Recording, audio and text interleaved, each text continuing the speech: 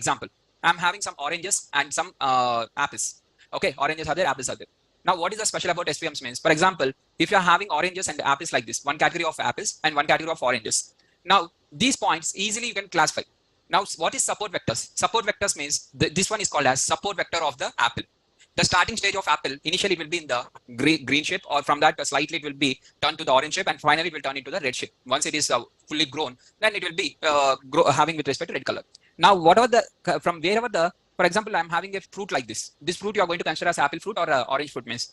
Based on this, though the color is orange also, still it is having slight edge towards the apple. For example, this part also covered with oval shape, a round shape. It has also covered means we are going to say it one as orange. Slight, this one, due to this shape, we are able to identify still it is an apple. So this is considered as the support vector of the apple. This point, whatever this apple is there, this is the support vector of apples. So from here, everything is apples. Similarly for oranges. Within the oranges, we may have different colors. From where the starting point, the orange colors we are going to classify. That one is called as support vectors. Now, for example, let me explain with a simple example, one more. If you are going to a vegetable market, in a vegetable market, you have to identify the tomatoes. Okay, you have to purchase 1 kg tomatoes, and there is plenty tomatoes are there in front of you, and you have to select between them. And in that, you are going to select one of the tomato, and you are going to select, and you are going to take one more tomato. That tomato was not completely grown. Still, it is normal. Means still it will take another 2 days or 3 days. Now, how you can identify that one? Based on the color or based on whatever you are observing. That from, okay, this was not completed, but which will be slightly reddish color, but still internally it will not be perfect. Outside only color will be there, but internally it will not be perfect. That one also we are able to identify. How we are able to identify?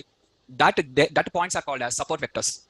From where we'll identify after this point is everything is a good one. Before to this bad one you are going to classify now. That starting point is considered as support vector. Okay, using the support vectors, we are going to classify the data. Now, sir, here, okay, these data points are there, easily you are classifying like this. For example, your scatter plot is like this. Initial scatter plot is like this. X1 and X2 and Y. Like in yesterday's class, whatever we have done in the KNN, cancer data set. If you take the initial data set, then you'll get some data points like this. In this case, how we are going to separate? In this case, for example, if I draw a line like this, some of the green class will be wrongly classified. Now, if I draw a line like this also, I can't get. If I draw a line like this also, I can't get. If I draw a line like this, red are correctly classified, but within the green, wrongly classified.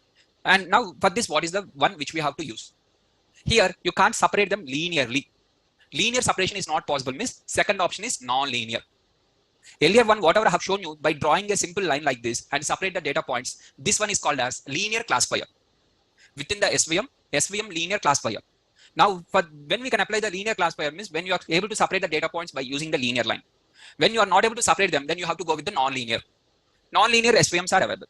Now, what non-linear means what? Other than straight line, anything is considered as non-linear. Now, for this, the data points are not linearly separable.